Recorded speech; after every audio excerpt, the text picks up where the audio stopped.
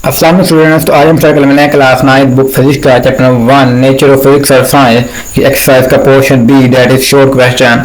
तो आज का टॉपिक हम स्टार्ट करते हैं। फर्स्ट ऑफ ऑल हम देखते हैं क्वेश्चन नंबर 1 जो कि हमारे पास है जी, how computational physics use computational methods to solve physical problems. के हमारे पास कंप्यूटेशनल फिजिक्स है वो हमारे पास किस तरह से कंप्यूटेशनल मेथड को यूज करते हुए फिजिकल प्रॉब्लम्स को सोल्व करती है। तो फर्स्ट ऑफ ऑल आपको जानना है कि व्हाट इज कंप्यूटेशनल फिजिक्स, कि कंप्यूटेशनल फिजिक्स हमारे पास क्या होती है, फिर हम समझेंगे कंप्यूटेशनल मेथड क्या होते हैं और फिर हम समझेंगे कि वो किस तरह से इनको टैकल करती है।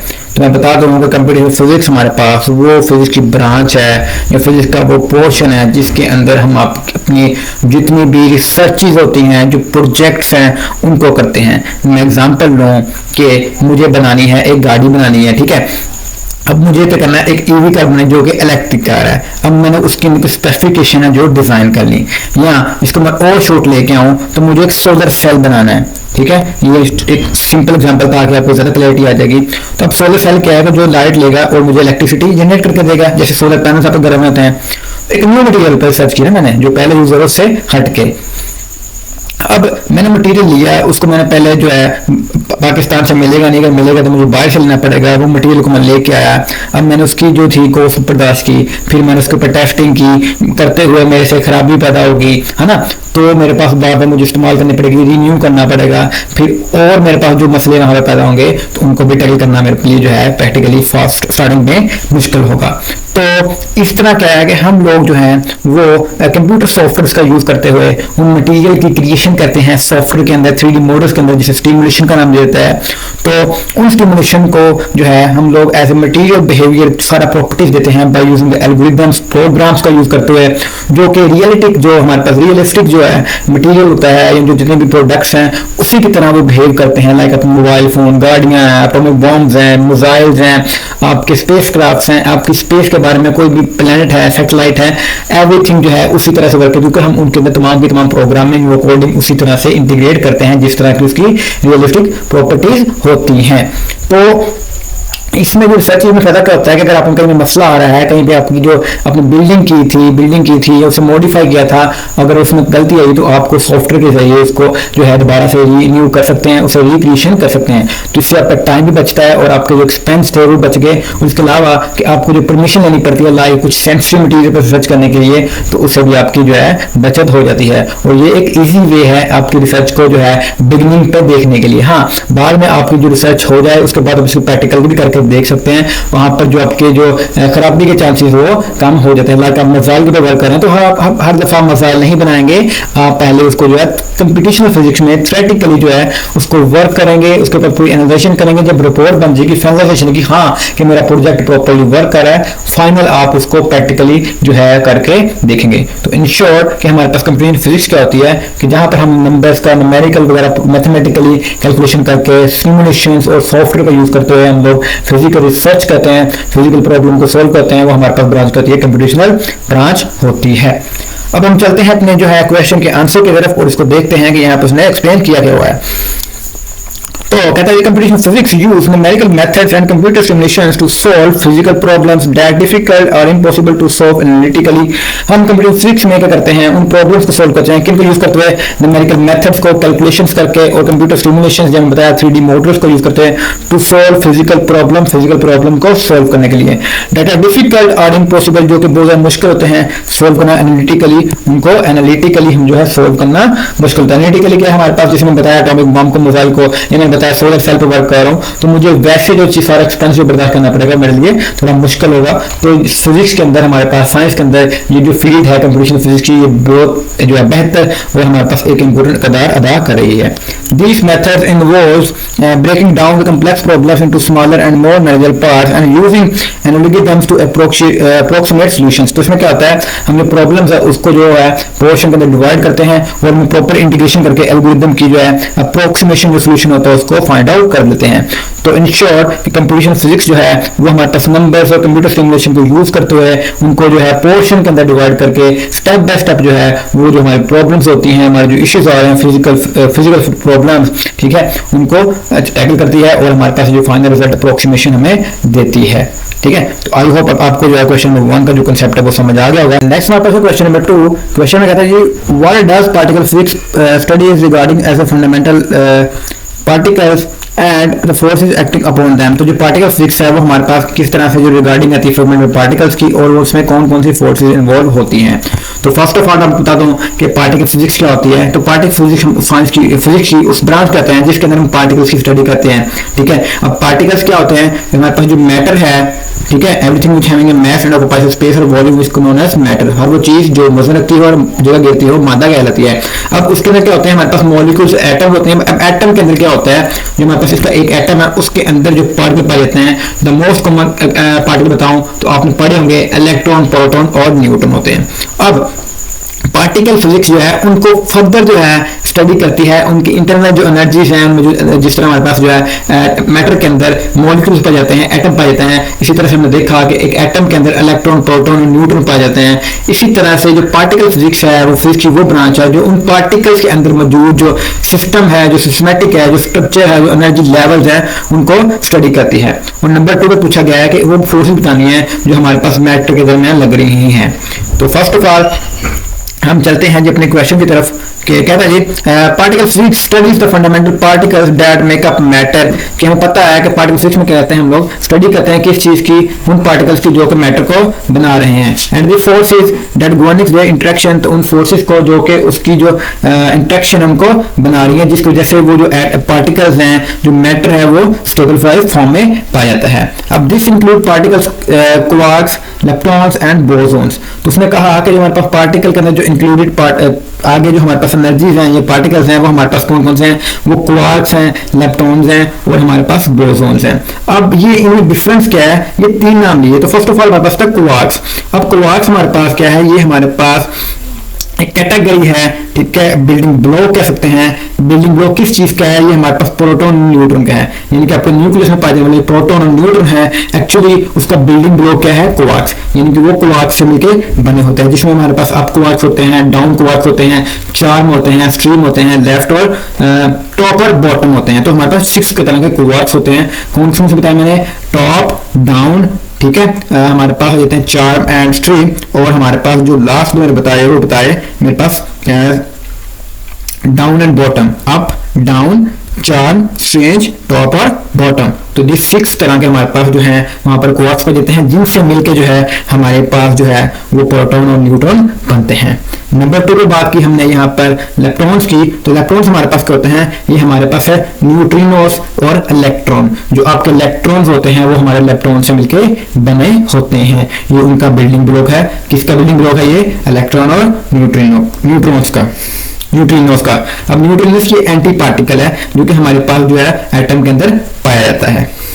नंबर 3 हमारे पास बात बोसॉन्स की कि जो बोसॉन्स हैं वो हमारे पास क्या है, ये हमारे पास एक्चुअली में फोर्सेस कैरियर्स हैं जिन पर कोई चार्जेस नहीं होता, और ये भी जो है हमारे पास जो है एटम के अंदर ही पाए जाते हैं। ठीक है, तो इन शॉर्ट बता दूं कि ये हमारे पास क्या है, बिल्डिंग ब्लॉक्स हैं हमारे पार्टिकल्स के, जिसको हम पार्टिकल फिजिक्स में स्टडी करते हैं। ठीक है, और नंबर 2 पे हमारे पास एग्जांपल आ गई थी, जो बात की थी वो हमारे पास थी उसकी फोर्सेस की। तो जो हमारे पास मैटर के अंदर फोर्सेस पाई जाती हैं वो 4 किस्म की पाई जाती हैं। कौन कौन सी, स्ट्रॉन्ग फोर्सेस होती हैं, वीक फोर्सेस होती हैं, इलेक्ट्रोमैग्नेटिक फोर्स होती है और ग्रेविटेशनल फोर्स होती है। अब स्ट्रॉन्ग फोर्सेस कौन सी हैं, वीक फोर्सेस कौन सी हैं, इलेक्ट्रोमैग्नेटिक फोर्सेस कौन सी हैं और हमारे पास ग्रेविटेशनल फोर्सेस कौन सी हैं। अब स्ट्रॉन्ग फोर्सेस और वीक फोर्सेस हमारे पास एटम के अंदर पाई जाती हैं। ठीक है, इलेक्ट्रोमैग्नेटिक फोर्सेस जब हमारे पास जो है जो फोर्स हमारे पास चार्जेस के दरमियान पाई जा रही है वो हमारे पास इलेक्ट्रोमैग्नेटिक फोर्स है, और ग्रेविटेशनल फोर्स जो हमारे पास वो हमारे पास जो है मैक्रो लेवल पर पाई जाने वाली फोर्स है। इन शॉर्ट बताऊं, स्ट्रॉन्ग फोर्स और जो वीक फोर्स है ये हमारे पास पाई जाती है हमारे पार्टिकल्स में, हमारे जो एनर्जी लेवल्स हैं, हमारा जो एटम है उसके अंदर, और इलेक्ट्रोमैग्नेटिक फोर्स जो है ये हमारे पास जो है माइक्रो लेवल पे जो हमारे पास मटीरियल है वहां पर, और ग्रेविटेशनल फोर्स जो है हमारे पास मैक्रो लेवल पे ये पाई जाती है। तो हमें समझ आ गई कि जो पार्टिकल फिजिक्स है वहां पर जो एनर्जी बिल्डिंग ब्लॉक्स हैं उनको स्टडी करते हैं किन के, पार्टिकल्स के। कौन कौन से हैं, क्वार्क्स, लेप्टॉन्स और बोसॉन्स। और हमारे पास जो फोर्सेस कितने टाइप की होती हैं, 4 किस्म की, strong, weak, electromagnetic and gravitational force. Next हमारे पास question number 3, how does quantum mechanics describe the behaviour of matter and energy at atomic and subatomic level. तो हमारे पास जो क्वांटम मैकेनिक्स है वो हमारे पास किस तरह से जो है मैटर और एनर्जी को क्वांटम और एटॉमिक और सबएटॉमिक लेवल पर एक्सप्लेन करती है। तो first of all we have to know about what is quantum mechanics. तो बता दूं कि हमारे पास मैकेनिक्स वो चीज है जहां पर हम किसी भी जो ऑब्जेक्ट है, मैटर है और एनर्जी है, उनके दरमियान जो इंटरेक्शन है उसका जो मैकेनिकल सिस्टम हो रहा है, यानी कि वो मूव कर रही है, वहां पर जो मोशन हो रही है, जब वो एनर्जी उस सिस्टम पर लगती है यानी उस मैटर पर लगती है, उस वजह से वो जो मैटर है वो सिस्टम पर इफेक्ट देता है। तो इन तमाम प्रोसेस को, इस सिस्टम को जो स्टडी करना है वो हमारे पास मैकेनिक्स में आती है। अब मैकेनिक्स की टाइप्स हैं जिसमें हमारे पास क्लासिकल मैकेनिक्स है, क्वांटम है और रिलेटिविस्टिक मैकेनिक्स भी आती है। अब क्लासिकल मैकेनिक्स क्या आती है कि क्लासिकल मैकेनिक्स असल में हम जब मैक्रो लेवल की जब बात करते हैं तो वहां पर जो स्टडी होती है वहां पास क्लासिकल मैकेनिक्स आती है। बट जब हम माइक्रो लेवल पर चले जाएंगे यानी एटॉमिक और सबएटॉमिक लेवल पर जाएंगे तो उन फिनोमिना को हमारे पास जो क्लासिकल मैकेनिक्स थी वो एक्सप्लेन नहीं कर पा रहे। तो इसलिए हमारे पास जो मैकेनिक्स हमें एटॉमिक और सबएटॉमिक लेवल पर मैटर और एनर्जी को एक्सप्लेन कर पा रही थी वो हमारे पास क्या थी जी, क्वांटम मैकेनिक्स थी। अब किस तरह से इसमें किया है वो यहाँ पे आंसर लिखा हुआ है जी, quantum mechanics describe the behaviour of matter energy at atomic and subatomic level. कि जो हमारे पास क्वांटम मैकेनिक्स है वो डिस्क्राइब करती है बिहेवियर को किसके, मैटर के और एनर्जी के at atomic and subatomic levels, atomic और सबएटॉमिक लेवल पे। It introduce the concept like wave part to be durative के पार्ट वेव और पार्टिकल जो है वो ड्यूरेटिव रखता है, ठीक है। क्वांटाइजेशन ऑफ एनर्जी के क्वांटाइजेशन ऑफ एनर्जी क्या होती है, uncertainty principle in the phenomena that can not be understood using classical mechanics. तो यहाँ पे जो मेन कांसेप्ट आए वो क्या थे कि जो हमारे पास क्लासिकल मैकेनिक्स थी वो ना तो जो है हमारे पास एक्सप्लेन कर पा रही थी ऑब्जर्वेशन को किस लेवल पे, एटॉमिक और सबएटॉमिक लेवल पे, ठीक है। वहां पर हमें ये कांसेप्ट नहीं क्लियर हो रहा था कि हमारे पास जो पार्टिकल्स हैं वो like behave dual nature show करते हैं। जब हमारे पास जो पार्टिकल है वो मूव करता है तो एज ए पार्टिकल बिहेव करता है, बट जब स्ट्राइक करता है तो एज ए पार्टिकल स्ट्राइक करता है। तो ये जो वेव पार्टिकल ड्यूअलिटी आई ये हमारे पास एक्सप्लेन की क्वांटम मैकेनिक्स ने, जो क्लासिकल मैकेनिक्स को एक्सप्लेन करने में फेल हुई। नंबर 2 पे आ गई क्वांटाइजेशन ऑफ एनर्जी कि हमारे पास जो एनर्जी है, लेट्स सपोज करता हूं हम लोगों ने पढ़ा कि हमारे पास जब एक शेल से दूसरे शेल से इलेक्ट्रॉन शिफ्ट होता है तो वहां पर एनर्जी की या तो जाती है या एनर्जी लेके आता है ना, एनर्जी की शिफ्टिंग होती है। तो जो एनर्जी थी वो कहते थे एनर्जी कंटिन्यूसली रेडिएशन होती है, बट क्वांटम मैकेनिक्स ने इसको एक्सप्लेन किया कि जो एनर्जी है जब हमारे पास एक कोई इलेक्ट्रॉन अपनी स्टेट चेंज करता है तो जो एनर्जी वहां पर इमिट हो रही है, ऑब्जर्व हो रही है, वो क्वांटाइज फॉर्म है, क्वांटा होती है।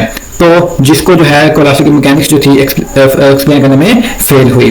नंबर 3 हमारे पास होगी uncertainty principle to explain the phenomena that can not be understood by using the classical mechanics. तो नंबर 3 पे हमारे पास फिनोमेना था वो हमारे पास था जी अनसर्टेनिटी प्रिंसिपल, जहां पर हम जो है चीजों को जो थे वो प्रॉपर्ली तौर पर जो थे एक्सप्लेन नहीं कर पा रहे थे। इसके अलावा बताऊं तो जो थी ये हमारे पास एक्सप्लेन करने में एक्सप्लेन हुई थी स्टेबिलिटी ऑफ एन एटम, जहां पर बात की मैंने एनर्जी की, photoelectric effect and behaviour of electron in atom.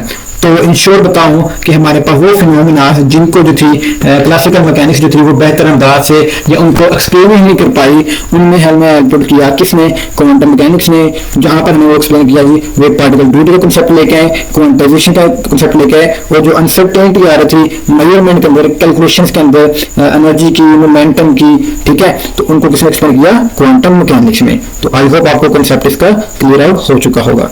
Next question number 4 है how why interdisciplinary research is critical in science. जो इंटरडिसिप्लिनरी हैं रिसर्च वो हमारे किस तरह से बेहतर हैं या जरूरी है हमारे पास साइंस के अंदर। तो इन शॉर्ट बताऊं कि इंटरडिसिप्लिनरी हमारे पास क्या है कि वो डिफरेंट जो फील्ड है रिसर्च की वो किस तरह से अपना जो किरदार है वो साइंस में अदा करती है। तो होता क्या है कि जो डिफरेंट फील्ड के लोग हैं वो इकट्ठे होकर जो है वो काम करते हैं। लाइक हमारे पास कोई पैंडेमिक डिजीज आ गई है या कोई वर्क हो रहा है, हम एग्जाम्पल लेते हैं कोविड-19 की, जिस तरह हमारे पास कोविड-19 आया तो वहां पर क्या हुआ, साइंस के डिफरेंट फील्ड्स के लोग जिसमें हमारे पास जो थे बायोलॉजिस्ट थे, माइक्रोबायोलॉजिस्ट में बायोलॉजिस्ट आ जाते हैं, बायोलॉजिस्ट आए, केमिस्ट आए, आपके पुलिस एक्सपर्ट थे, वहां पर फिजिक्स थे, आपके इंजीनियर थे, ठीक है, आपके सोशियोलॉजिस्ट थे जो कि सोसाइटी को क्रिएशन कर रहे थे, इकोनॉमिस्ट थे जो कि इकोनॉमी को देख रहे थे। तो उन तमाम लोगों को इकट्ठा किया गया और इसकी जो प्रॉब्लम थी उसको सॉल्व करने के लिए काम किया गया। अब जो बायोलॉजिस्ट था उसने क्या किया, उसने बायोलॉजिकली उस प्रॉब्लम को आइडेंटिफाई किया कि यह डिजीज क्या है। अब उसको मेजर करने के लिए, उसको कैलकुलेशन करने के लिए जो डिवाइसेस क्रिएट की वो इंजीनियर्स की जो फिजिक्स के रूल्स को अप्लाई करते हुए किया। और फिजिक्स ने उनको बेहतर तरीके से जो डिवाइसेस थी उनको टैकल करने के लिए उनको यूज किया। नंबर 3 जो केमिस्ट थे उन्होंने उसकी जो केमिकल था, जो मेडिसिन थी, उसको क्रिएशन की। अब जो सोशलिस्ट थे, इकोनॉमिक्स थे, उन्होंने आपकी मुआशरत को और आपकी समाजी जो इस्लाह थी उनको टैकल करने की कोशिश की। तो इन शॉर्ट बात करूं कि जो डिसिप्लिनरीज होती हैं वो अपना अपना जो किरदार है फिजिक्स के अंदर जो है वो अदा करते हैं, ना कि सिर्फ फिजिक्स में बल्कि वो साइंस के अंदर भी अदा करते हैं। तो आंसर तो चलते हैं, interdisciplinary research is critical in science because it allows researchers to combine knowledge and techniques from different fields to tackle complex problems। तो वही बात की कि हमारे पास जो हमारे पास रिसर्चर्स होते हैं डिफरेंट फील्ड्स के, वो इकट्ठे होते हैं, वो अपने अपने नॉलेज को यूज़ करते हुए, उन टेक्निक्स को यूज़ करते हुए उनको इकट्ठा करके जो है एक प्रॉब्लम पर वर्क करते हैं। This can lead to new insight, discoveries, innovations that would not be possible within more than isolated approaches. तो ये जो रिसर्चेस में इनोवेशन आती है, वहाँ पर न्यू डिस्कवरीज आती हैं, वो हमारे लिए जो अकेला अगर बंदा काम करेगा तो नहीं आएगी। लाइक आप स्पेस के वर्क कर रहे हैं या जो एलन मस्क है वो मार्स के ऊपर काम कर रहा है, तो ना सिर्फ वो जो है स्पेस एक्सपर्ट है, वहाँ पर जो है हर फील्ड के जो एक्सपर्ट्स हैं उसके पास मौजूद हैं जो अपना अपना काम जो है वो सरंजाम दे रहे हैं। तो आई होप आपको समझ आ गई कि इंटरडिसिप्लिनरी जो रिसर्चेज हैं, जो एरियाज है, वो किस तरह से साइंस के अंदर जो है अपनी जो जिद्दत है उसको लेके आते हैं। क्वेश्चन नंबर 5 है, what role does critic play in collaborative scientific environment. जो क्रिटिक है वो किस तरह से अपना जो रोल है वो साइंटिफिक एनवायरनमेंट में अदा करती है। तो इन शॉर्ट क्रिटिक हमारे पास क्या होती है जी, critic is a like check of scientific work. ये हमारे पास वर्क तौर पर it helps to make sure that research is accurate, fair and reliable. कि जो भी कोई रिसर्च की जा रही है वो एक्यूरेट हो, वो रिलायबल हो और फेयर हो। तो इन शॉर्ट बात करूँ कि कोई भी रिसर्च की गई है, फर्स्ट ऑफ ऑल उसमें मिस्टेक फाइंड किए जाते हैं, आया कि इसमें कोई गलती तो नहीं है, जो साइंटिस्ट ने वर्क किया उसमें उसकी प्रॉब्लम्स को जो आइडेंटिफाई किया जाता है कि इसको और किस तरह से हम बेहतर कर सकते हैं, उसको बेहतर बनाया जाता है और उसको इंश्योर किया जाता है कि ये फेयरलेस हो, है ना, एक बेहतर तौर पर काम करे, किसी किस्म का कोई नुकसान ना पहुंचाए। तो इसका आंसर देखते हैं जी, critical play a vital role in collaborative scientific environment by ensuring that research is rigorous, accurate and unbiased। ये हमारे पास क्या हो, वो फेयर हो, एक्यूरेट हो और अनबाइस्ड हो, यानी कि उसमें जो लाइबिलिटी ज्यादा होनी चाहिए। It helps to identify a weakness, improve methodologies and strength the overall quality of the scientific work. तो इसका काम क्या है, जो उसमें वीकनेस है, कोई मसला रह गया, कोई प्रॉब्लम है, उसको हल करना, उसको इम्प्रूव करना, जो मेथड्स हैं, जो टेक्निक्स यूज की गई हैं उनको बेहतर आके लेके आना, ताकि जो आपका साइंटिफिक वर्क हुआ है, जो रिसर्च हुई है, वो बेहतर से बेहतर क्वालिटी में आ सके। तो उम्मीद है आपको समझ आ गई किस तरह से क्रिटिकल जो है अपना किरदार जो अदा करती है साइंटिफिक जो एनवायरनमेंट्स हैं, जो रिसर्चेस उनको बेहतर से बेहतर करने में। क्वेश्चन नंबर 6 है कि how does scientific disciplines work together to advance knowledge. जो साइंटिफिक डिसिप्लिन है वो किस तरह से वर्क करते हैं और एडवांस नॉलेज देते हैं। ये सेम एज क्वेश्चन है जो हमारे पास क्वेश्चन नंबर था 4 कि इंटरडिसिप्लिनरीज किस तरह वर्क करते थे। तो मैं बताया जैसे बताई एग्जांपल ली कोविड-19 की, कोविड-19 है तो वहाँ पर साइंटिफिक डिसिप्लिन तो उन्होंने वर्क किया और एडवांस लेवल पर आपका नॉलेज था उसको शेयर किया और उसे बेहतर तरीके से लेने के लिए आए। इसी तरह से अगर एडवांस लेवल की बात की जाए तो एक टेक्नोलॉजी तो पहले से मौजूद थी, लाइक हमारा टीवी था, है ना। अब टीवी को जो था उसको बेहतर करने के लिए हमारे पास जो थी डिफरेंट फील्ड के लोग जो थे उन्होंने वर्क किया और उसको स्मार्ट टीवी के अंदर कन्वर्जन की। तो इन शॉर्ट बताऊं कि हमारे पास जो different field scientific disciplines work together to advance knowledge by sharing ideas. वो आइडियाज को शेयर करते हैं, टेक्निक्स लेके आते हैं और डाटा को कलेक्ट करते हैं। This collaborate can be lead to new breakthrough and more comprehensive understanding of the natural world. तो इससे क्या होता है कि आप अपने नेचुरल वर्ल्ड के बारे में, आपको जो फिजिकल वर्ल्ड है उसको बेहतर से बेहतर आप जो है अंडरस्टैंड कर सकते हैं। जैसे कि हमारे पास सर्जरी के एग्जाम्पल जो आपको हमारी बॉडी की, इंसानी बॉडी की सर्जरी हम लोग करते थे तो हमारे लिए पहले ब्लेडिंग के जरिए हम लोग कटिंग करते थे, जहाँ पर जो था कटिंग में बहुत ज़्यादा खदशात पैदा होते थे। यानी कि हमारे पास जो एक्सटर्नली है कटिंग तो कर लेते लेकिन इंटरनली हमारे पास जो ऑर्गन्स थे उनकी कटिंग में बड़ा मसाइल पैदा होते थे। तो हमारे पास अब लेटेस्ट जो टेक्नोलॉजी थी, जो रिसर्चर थे, जो हमारे पास डिफरेंट फील्ड्स के डिसिप्लिन के लोग थे, उन्होंने मिलकर काम किया और हमारे पास लेटेस्ट टेक्नोलॉजी को इंट्रोड्यूस करवाया, जिसमें हमारे पास जो है इंटरनल जो है बहुत बारीकी में भी जो सर्जरी है वो सरंजाम दी जा सकती है। तो इन शॉर्ट शॉर्ट बात करें कि हमारे पास जो साइंटिफिक डिसिप्लिन है वो वर्क कम आपस में मिलकर काम करते हैं और हमारे पास जो टेक्नोलॉजी है उसको एडवांस करने की कोशिश करते हैं।